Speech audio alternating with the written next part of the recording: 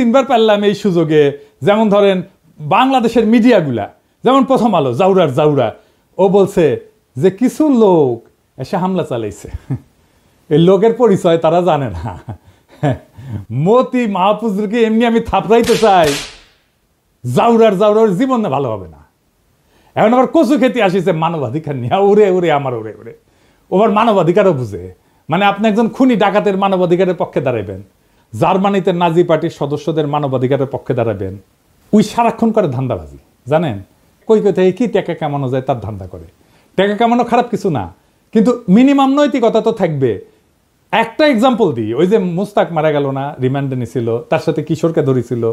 কেন ধরেছিল জানেন? নাফিস শরাফতের একটা কার্টুন আঁকিছিল কিশোর, এই আইডিয়া সামির প্রকাশ করেছিল আই এম বাংলাদেশিতে। সামি ওইটার অ্যাডমিন, সে নিজেই কইছে যে দেখেন সেই পেজ সেই চালাইতো। সেই নাফিস শরাফত রেগে গিয়া এই কিশোর আর মুস্তাককে অ্যারেস্ট করে পিটায়। মুস্তাককে এতই পিটাইছিল যে সে প্যান্টে হাগে দিছিল। তারপর তো মুস্তাক মরে গেল।